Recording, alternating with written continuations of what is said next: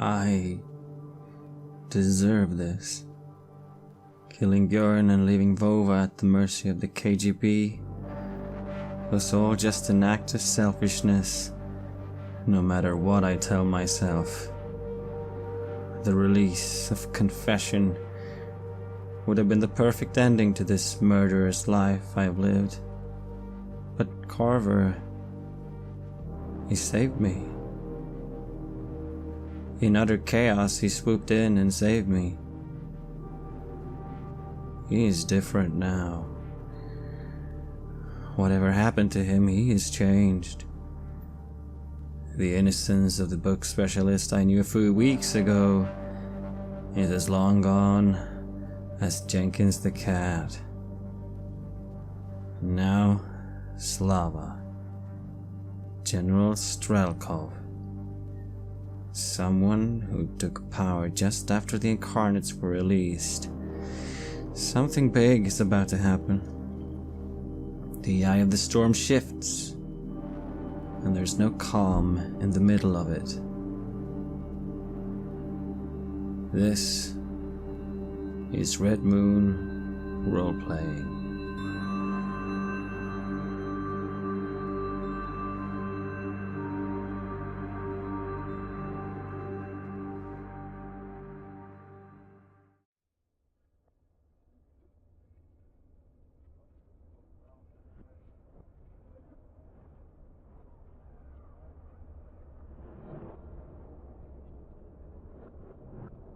Poland.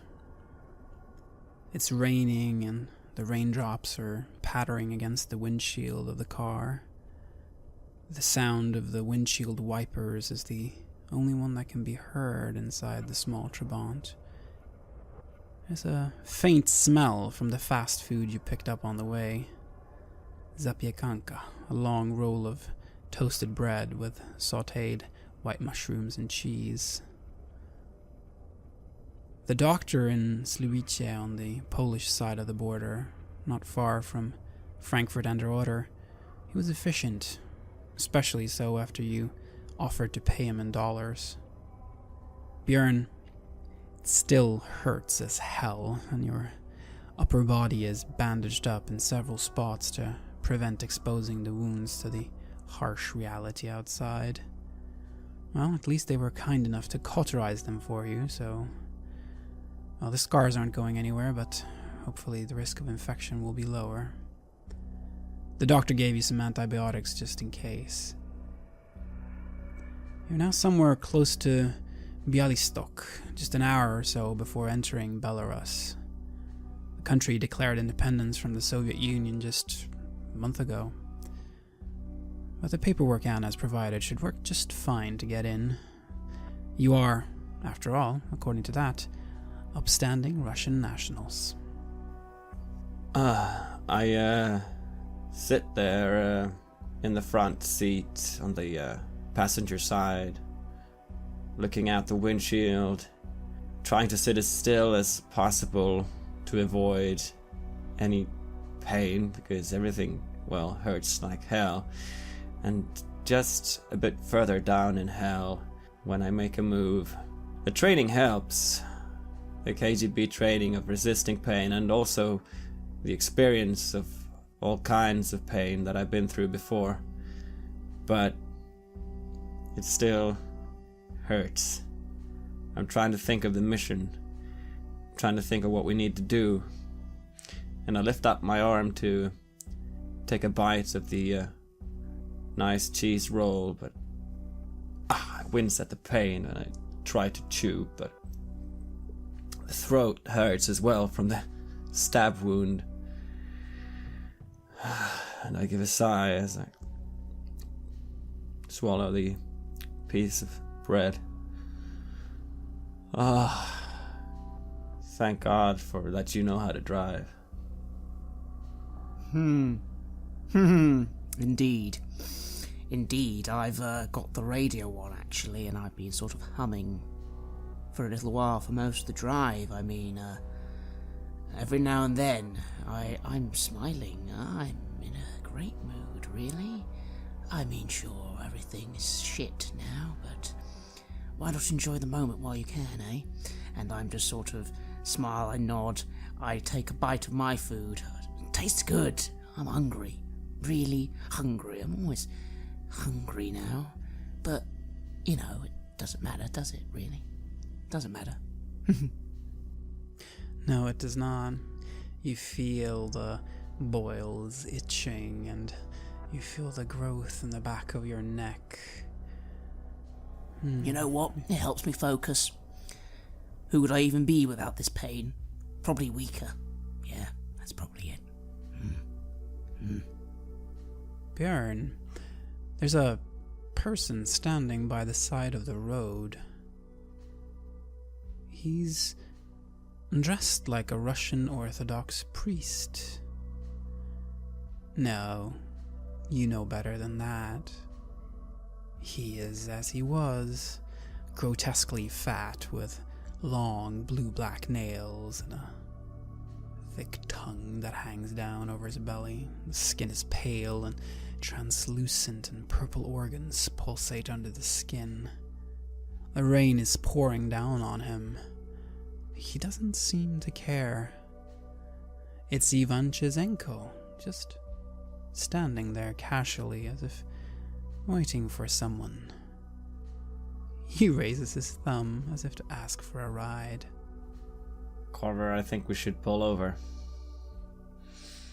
I nod slowly, although I was afraid of this being before.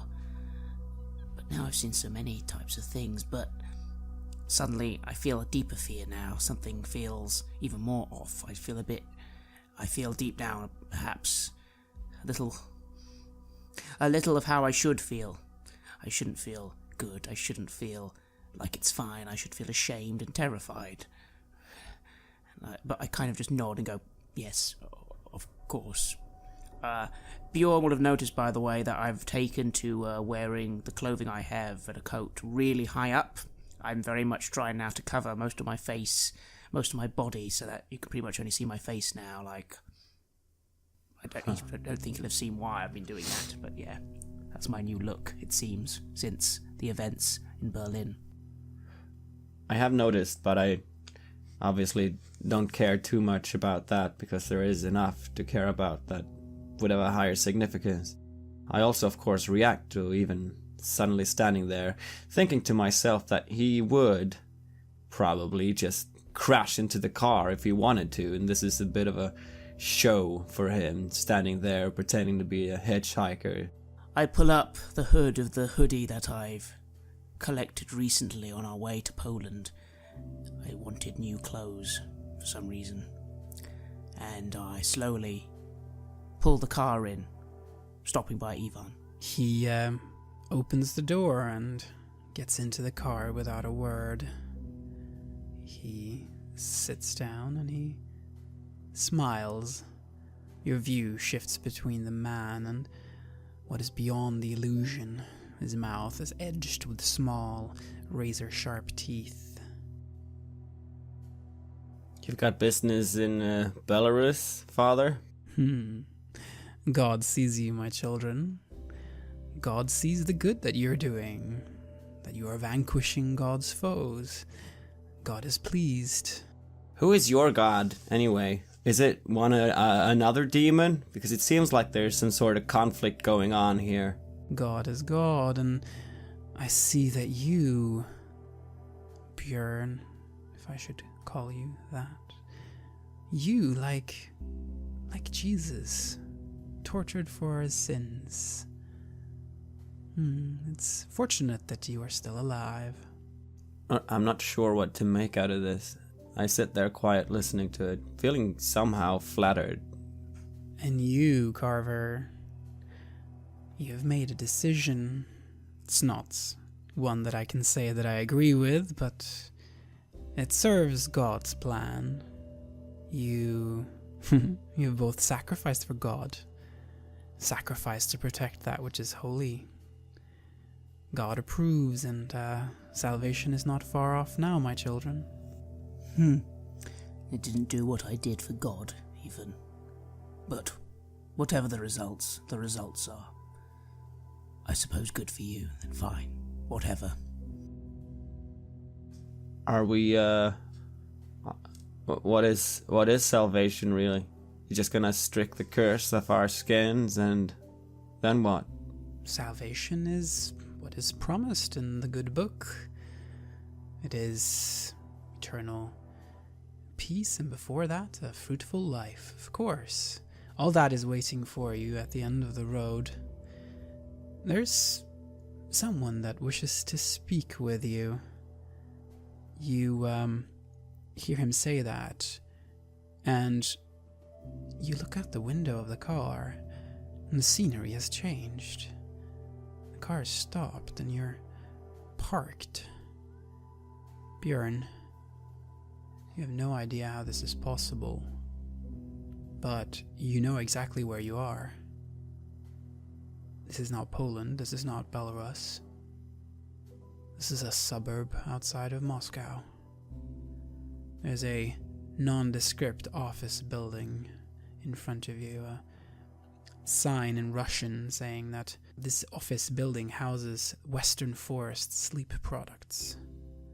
But you know better than that. Everything about this place just screams KGB. Well, at least to you. Ivan nods to you and says, apparently a cholera epidemic has broken out in Leningrad. The city is now blocked off. I fear that this will end where it began, and I will need to be there when it happens.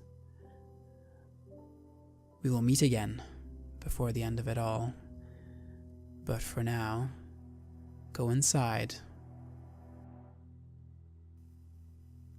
I grow clearly tense at this, thinking of the lists I am on as a deserter from the KGB. And at the same time, this Ivan is the one that has sent us on our current mission, so I don't know. I don't know what this is. There's two men in suits with blue ties that stand at the door to this office building. They're smoking. They have noticed you, but they're not making any moves.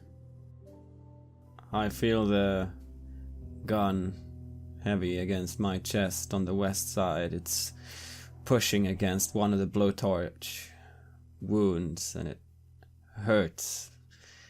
But it's a strangely comforting hurt.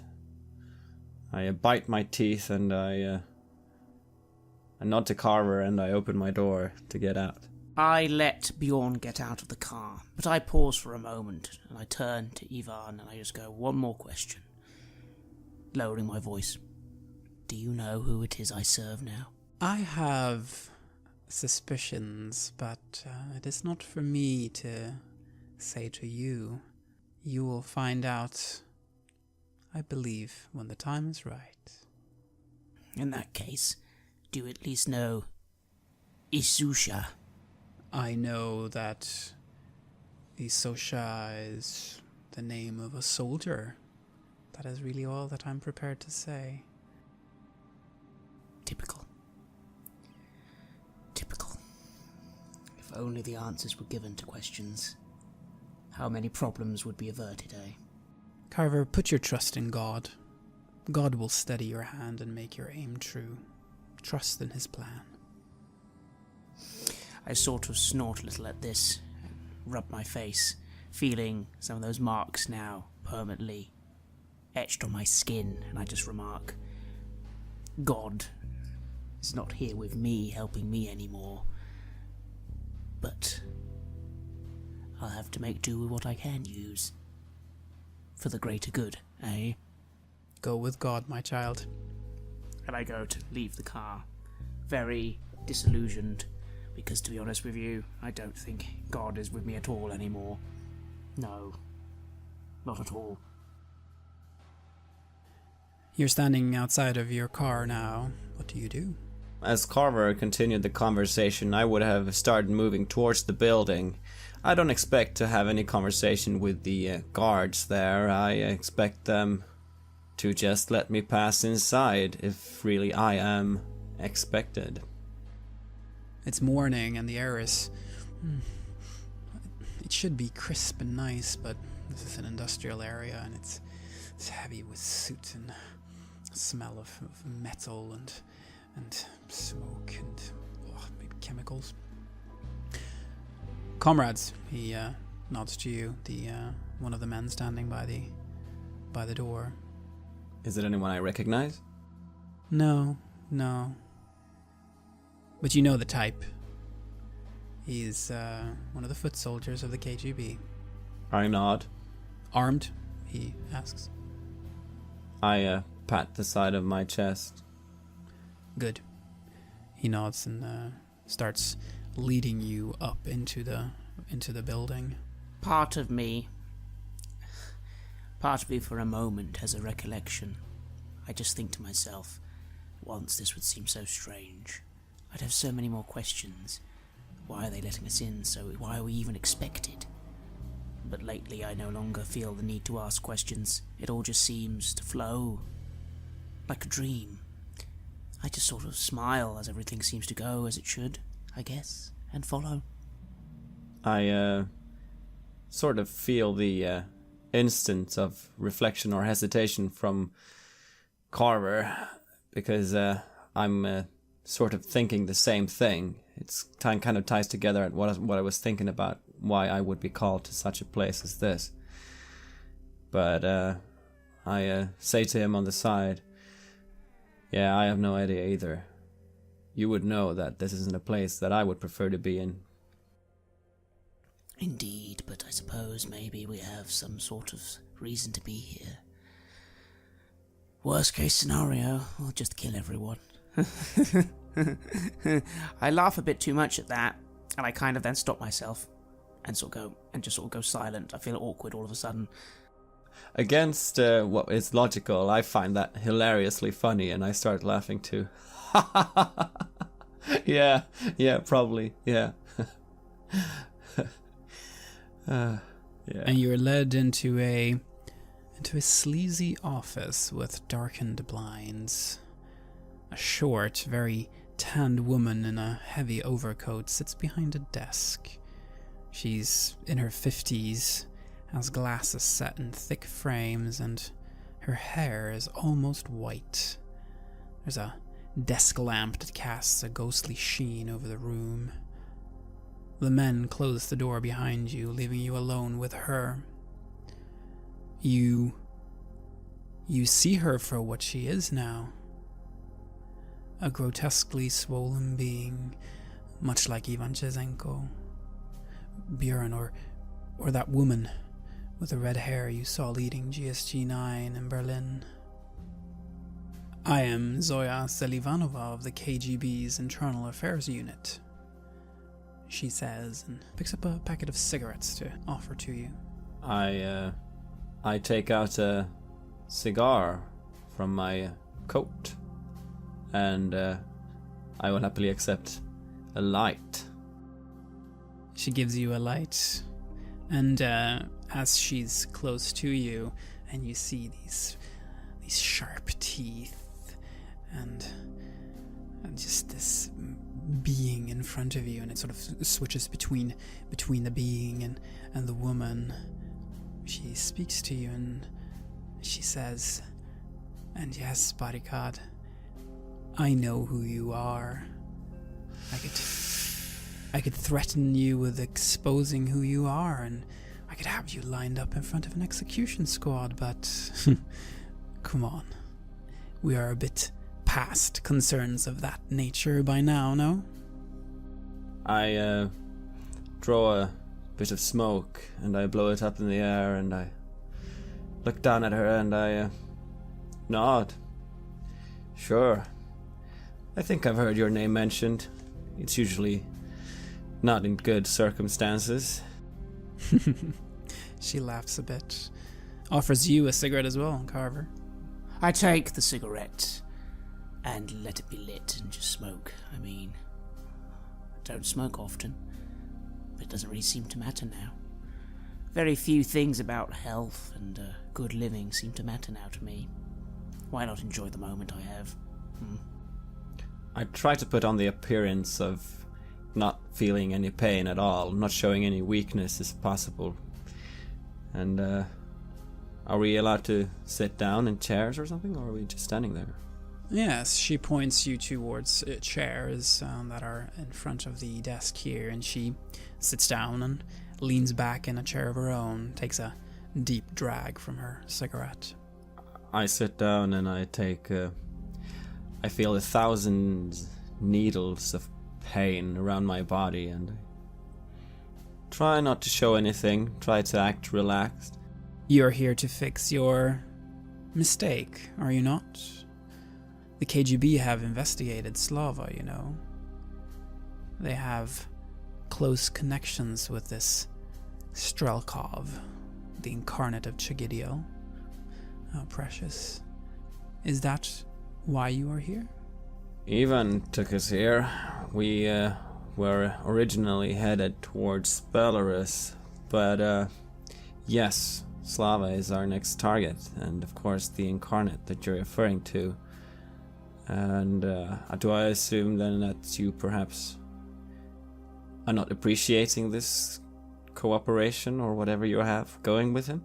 No. On the contrary, we are overjoyed that you would look into Slava. We have many other concerns surrounding this organization. You may be familiar with the state in our dear motherland, and they are planning to make use of the chaos, if you will. So this is a way for us to kill two birds with one stone. You say they're trying to use the chaos. I lean forwards. What exactly are they trying to do in this chaos? Well, Slava wants to recreate Russia's Tsarist power. They want to separate Russia from the Soviet Union and want to give the military increased influence. They're a political association. I didn't expect that. Oh, yes. They're a political organization, but with heavy, heavy ties with the military.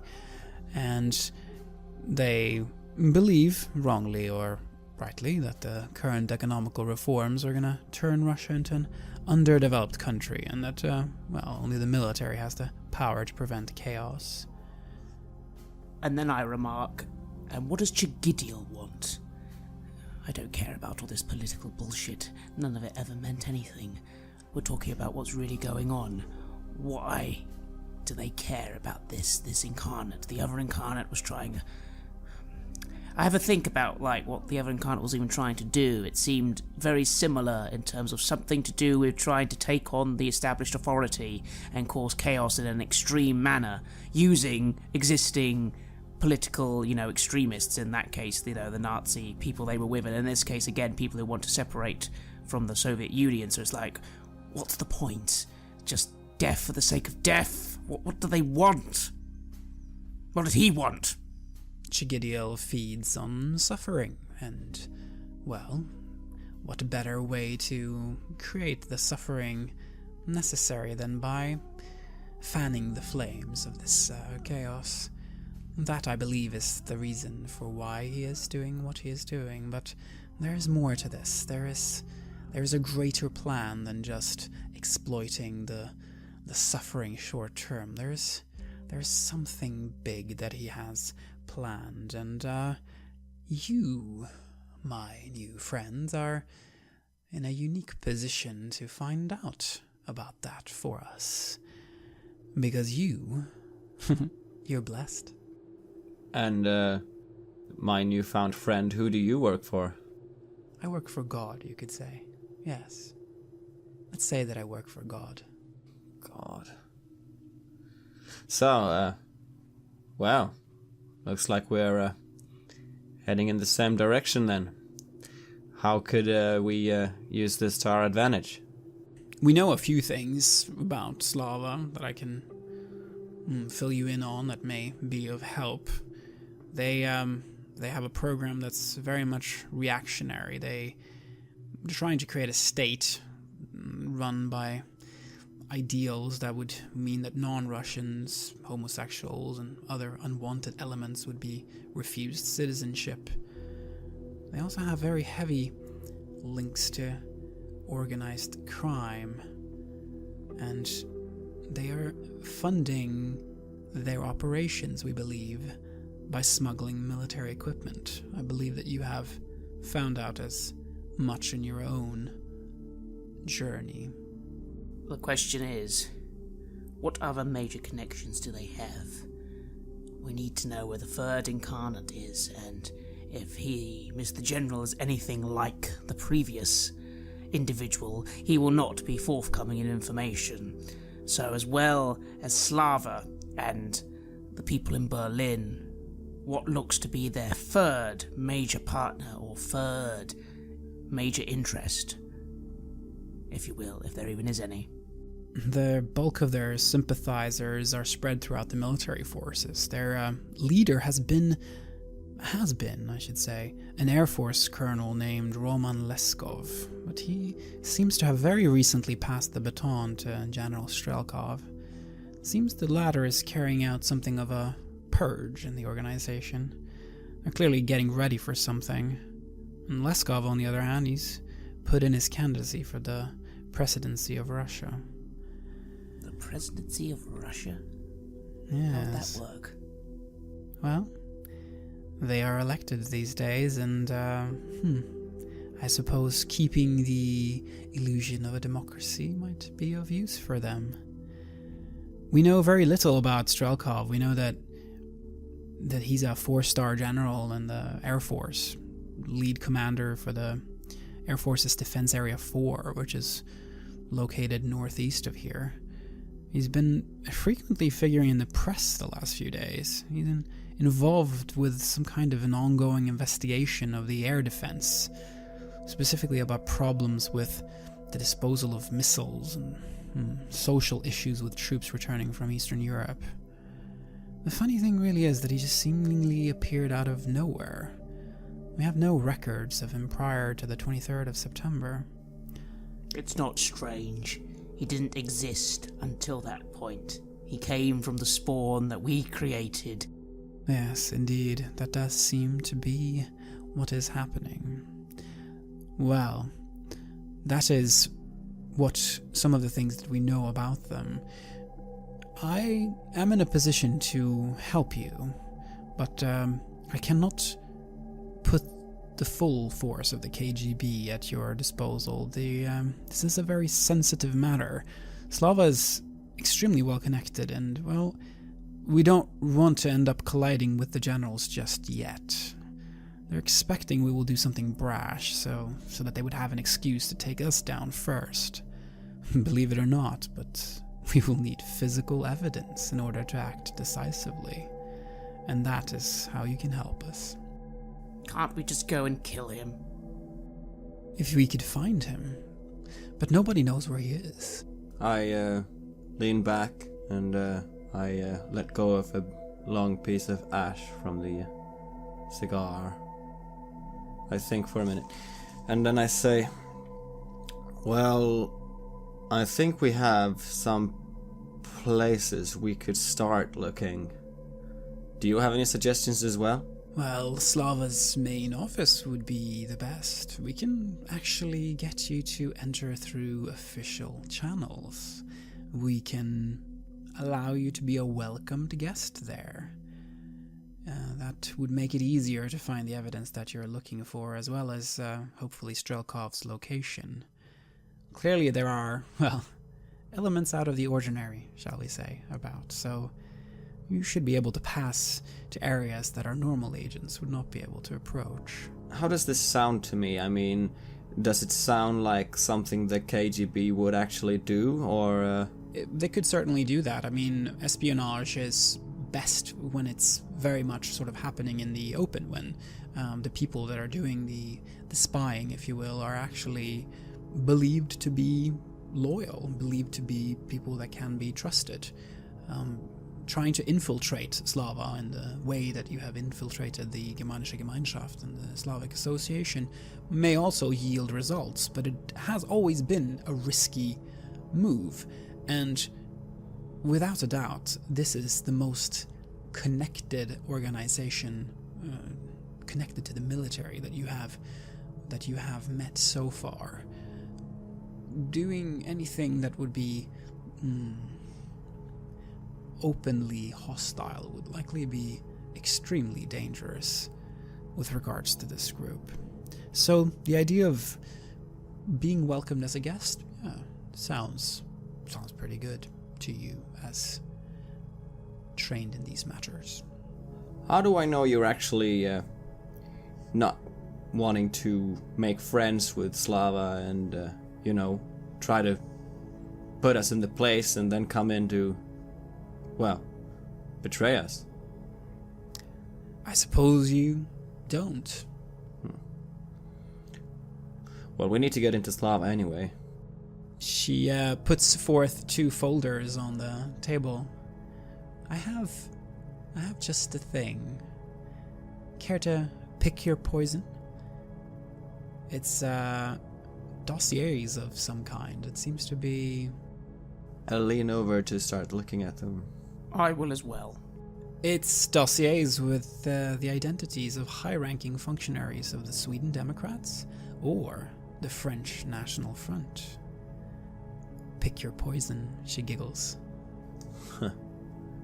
Swedes or French? Both are, very much on the extreme side of the far right. Fairly good allies, probably, of an organization such as Slava that's looking to bring the Tsar back and create a very, strong nationalist state. I do have more experience disguising as a Swede than I have as a French. How do you feel, Carver? I sort of look down at my current appearance, which, to be honest, as I've said earlier, is looking more and more like the weird sort of guy you'd meet going around on the subway asking for change, and less like a established book collector like I used to look like. I kind of remark, might be best if I just don't say anything, and nod, and carry your bags maybe, or something like that. These people that we are sort of impersonating, I look over at Carver as he says this. These people aren't exactly the most clean-cut politicians anyway. I am sure you'll fit in. Tattoos and marks, it's just what we need. Let's go as the Swedish Democrats then. I'll think I'll be able to simulate that better. They will welcome you with open arms, Zoya says. We will arrange for you to meet a man named Fyodor Gregorich. He's the new manager of Slava's Research Institute. Let me warn you, though, that his predecessor, Dr. Kustodiev, seems to have been lost during Strelkov's purge, so you're likely dealing with someone directly loyal to the Incarnate. There will be people in there who can see your gift, but that will likely only make them trust you more. I doubt that they would question it. Is there anything else I can help arrange for you before your meeting? I think we might need material stuff like disguises, but aside from that, just the info that we would have of the people we are impersonating is enough, I think. Yes, we have everything that you need in terms of materials here in the building, so grab what you need and we will arrange the meet for later today. I stand up and I pause, and then I say, what about the third Incarnate? Do you have any eyes on him or what he's doing? No, nothing. Nothing at all. But he must be out there. Perhaps finding the second will allow you to find the third. I am a bit surprised that KGB has no idea whatsoever, but then again, if it doesn't benefit them, why would they tell me? I shrug and I go to collect the stuff that we need. What are you bringing to this meeting, and what clothes will you be wearing? To this meeting, I will wear smart black clothes. Not too conspicuous, but it's probably still gonna look a bit right extremist. It's like black shirt, black smart trousers, pair of military boots with a boot knife in one of them, and aside from that, just my sidearm. Yes, and what is your name? I will go under the name Leif Lundgren. Very good. Carver, what are you wearing, and what are you bringing, and who are you? I shall be going under the cover of 610 Berg, and I shall be wearing a more smartened up version of what I've currently been wearing. I haven't really had time to properly get new clothing since Berlin, so I suppose part of me takes this as an opportunity to freshen up, if you will.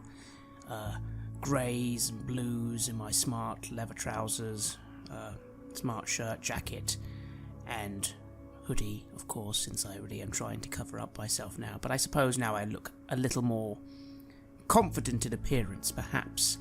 I also take this time to get a trim of my appearance, so my beard is now more closely shaven. I didn't used to even have a beard, but now I don't really care, as long as it's not in the way. I barely feel the need for weaponry, really. I still, after all, don't really know how to use it, even with my new found gifts. But on Bjorn's recommendation, I'll take a standard little, maybe hold-out pistol, maybe a bladed weapon just in case. And yes, combat boots as well. And just a little request for some fresh vials of things like salt and incense and sulfur. You never know. Maybe I'll need to carry out a quick bit of a warding ritual. Yes, unsurprisingly, Zoya has exactly what you need there. And the meeting is set for 2 o'clock in the afternoon. And after having arranged this, after having studied up on your new identities, you are taken to Slava's premises. They're located in an old palatial building in central Moscow, situated by the docks along the Moskva River. There's a copper plaque by the door that reads, Foundation for the Research of War Psychosis, and the People's Movement Slava. There's a wide marble stair that leads up to the door. The sod is in excellent condition. Gaudy. I look around and seem to be approving of the place, as I would, being coming from little humble Sweden circles. Yes, you look around and you see that to the building's right lies the investigative unit of the agricultural department, a lowly churning bureaucratic machine which takes no notice of its surroundings. On the building's left is the Georgian School, a school for children of party officials from the Southern Republic areas. Alright, I assume the guise of the Leif Lundgren character, and I start going inside, looking a little bit starry-eyed at this magnificent building that is coming up in front of me. I try and follow Bjorn's lead, but it's probably clear to an observer if they look closely that I'm not as skilled as Bjorn at assuming a persona. To be honest, I'm just trying to look not as haunted as I should be. You come into the premises of Slava. The hall is quite beautiful. The floor is made of marble and the ceiling is domed. 2 large war paintings in oil hang on the wall, depicting Russian field battles. You believe one of them to be Poltava, Bjorn. 2 stairways lead to the upper floor here. They are roped off with signs reading "Authorized personnel only." There are doors that lead to the left and right.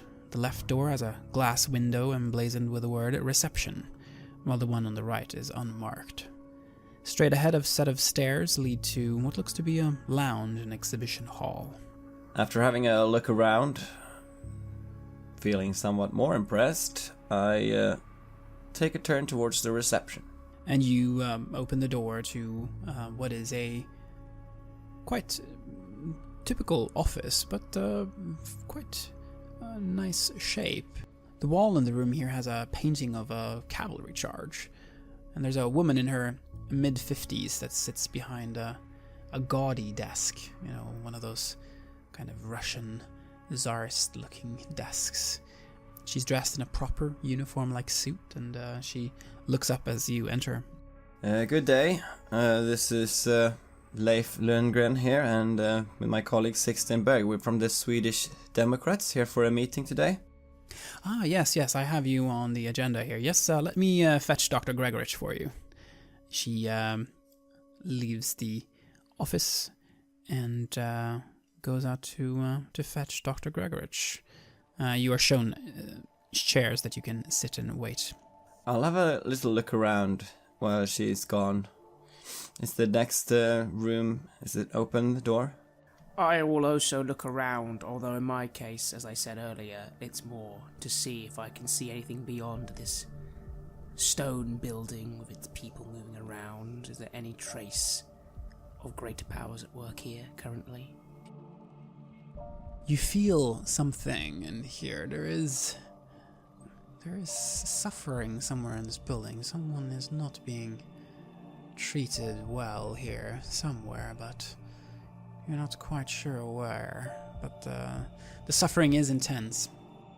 I almost for a moment smile, as part of me wants to smile, and I kind of then quickly get rid of that smile, because why would I be smiling at this feeling of suffering? And I kind of just take a moment to center myself. I remark to Bjorn then, very quietly, Someone is in pain close by somewhere. And Bjorn, you have looked at the door here that leads into what you would guess is another office. You can hear the banging of typewriters from behind there. There seems to be someone working there. Would you like to open the door and look inside, or? I'll do that just quickly, acting like the overly curious, starry-eyed foreigner. You open the door and you see a room that contains a huge work table and 2 smaller desks with typewriters. There's bookshelves with binders that run along the walls. Newspaper clippings and pictures are up on the wall. There is 2 men in here who are working by the typewriters. Look to be office clerks of some kind. There seems to be some kind of records happening in here. They look up a little bit questioningly as they hear the door open. Smile. Yes, sorry to disturb. We were just waiting for Dr. Gregorich. Sorry to disturb you. Oh, no problem. Have a nice day. You too. Thank you. And I close the door. Seems to be records in there. I note to Kava in response to his note about suffering.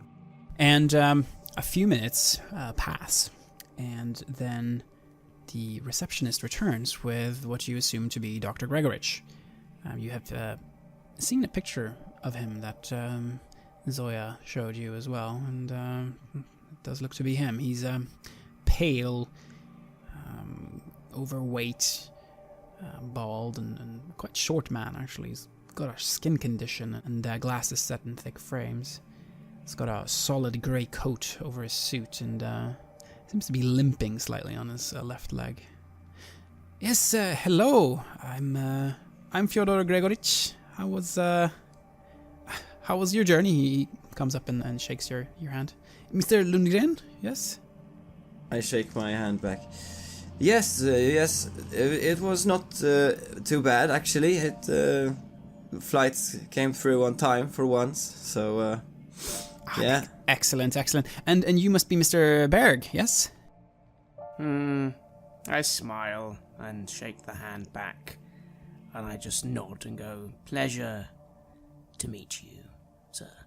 Let me offer you some refreshments. Let's go to the lunchroom. It's much nicer than here. He promptly starts walking off, limping a little bit as he leads you forward. Thank you. That's been nice. And he leads you to the room that's marked 10.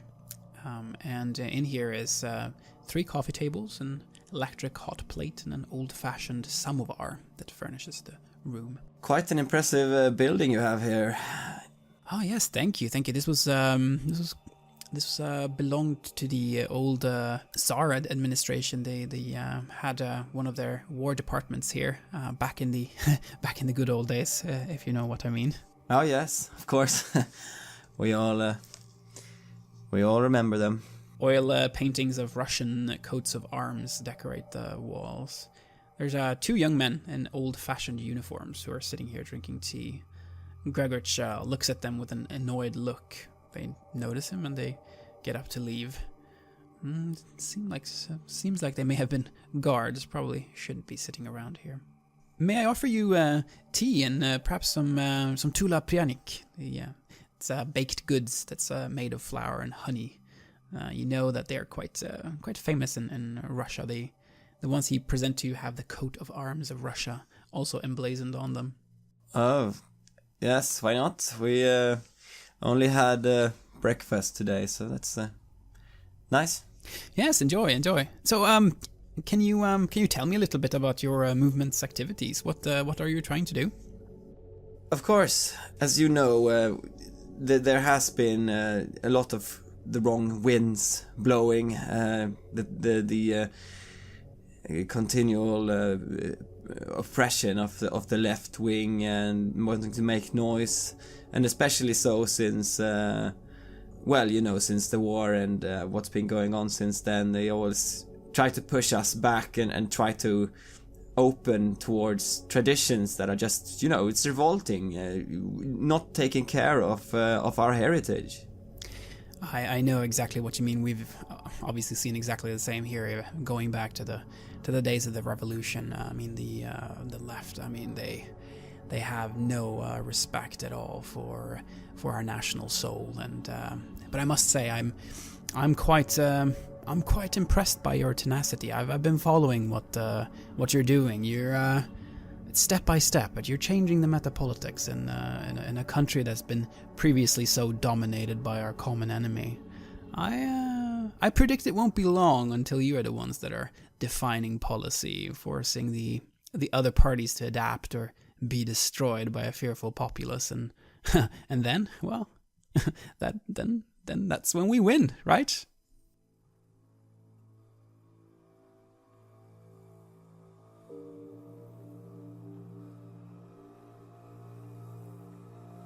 You have listened to an episode of Red Moon Roleplaying, where we play the campaign The Black Madonna for the tabletop role-playing game KULT Divinity Lost. The Black Madonna was originally constructed by Gunilla Jonsson and Mikael Petersen in 1991, with additional material for the 2017 edition by Marco Berman, Matthias Fredriksson, Petter Nallo, and Robin Liljenberg. KULT Divinity Lost is published by Helmgast. The music was created by Atrium Carceri and is used with permission from their label Cryochamber. Visit cryochamber.bandcamp.com or their YouTube channel to hear more excellent dark ambient. A new episode of Red Moon Roleplaying is released every Friday. Please like our Facebook page and give us comments, input and feedback there. You can also visit us at redmoonroleplaying.com. Finally, a big thank you to all supporters. If you want to show your appreciation and encourage our work, look out for us on Patreon and see if you want to support the show there. While the show will always be free of charge to our listeners, Patreon supporters will have access to extra material, such as a bonus podcast where we answer your questions about the campaign and role-playing games in general. If you just can't wait, you can even get access to the full-length, raw and unedited versions of our gaming sessions way before they are released as finished episodes. Thanks for listening.